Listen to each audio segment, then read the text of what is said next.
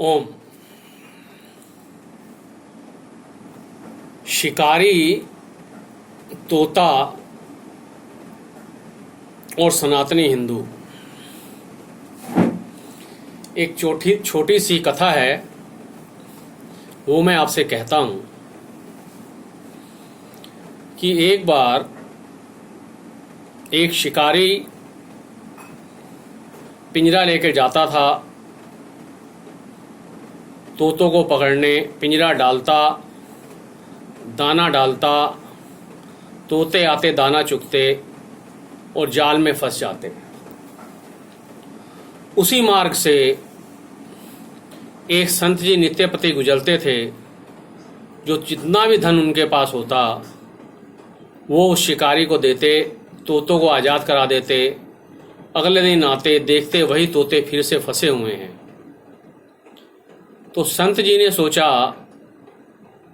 कि क्यों ना मैं इन तोतों को शिक्षित कर दूं, जिससे कि शिक्षा के द्वारा इन तोतों में जागरूकता आए और यह तोते शिकारी के जाल में ना फंसें। ऐसा मन में विचार करके उस शिकारी ने कुछ तोते खरीदे और उनको ज्ञान देना शुरू किया कि शिकारी आएगा, जाल बिछाएगा, दाना डालेगा, मत चुगना नहीं तो फंस जाओगे। कुछ समय की ट्रेनिंग के बाद तोते शिक्षित हो गए और सब तोतों ने कहना शुरू किया, शिकारी आएगा, जाल बिछाएगा, दाना डालेगा, मत चुगना नहीं तो फंस जाओगे। संत जी बहुत प्रसन्न हुए कि तोतों को शिक्षित कर दिया है। ऐसा मन में विचार करके उन्होंने सभी तोतों को छोड़ दिया। अब तोते स्वच्छंद आसमान में घूमने लगे और गाने लगे, शिकारी आएगा, जाल बिछाएगा, दाना डालेगा, मत चुगना नहीं तो फंस जाओगे। उन तोतों की देखा देखी और तोते भी ऐसे बोलने लगे। जब यह बात शिकारी ने सुनी तो मन से उदास हो गया। उसका काम धंधा ठप हो चुका था।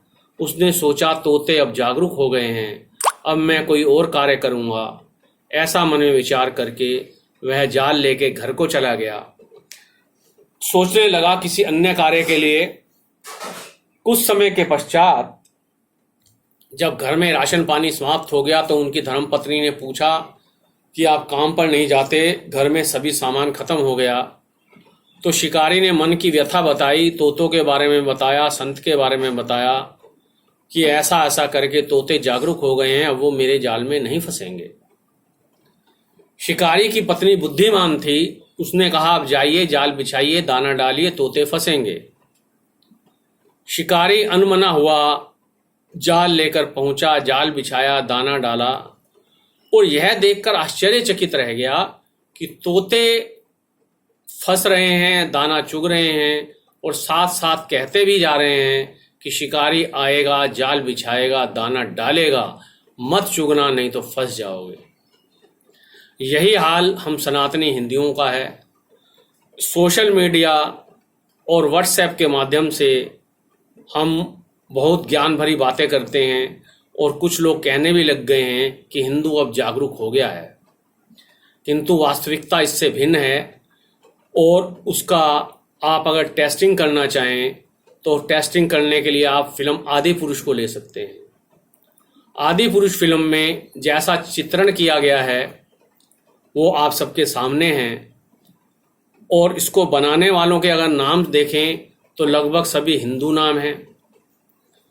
निर्माता हो, निर्देशक हो, लेखक हो, बीच में कलाकार करने वाले हों, काम करने वाले हों। अब जिन सिनेमा घरों में ये फिल्म लगी है, अधिकांश के मालिक भी हिंदू ही हैं।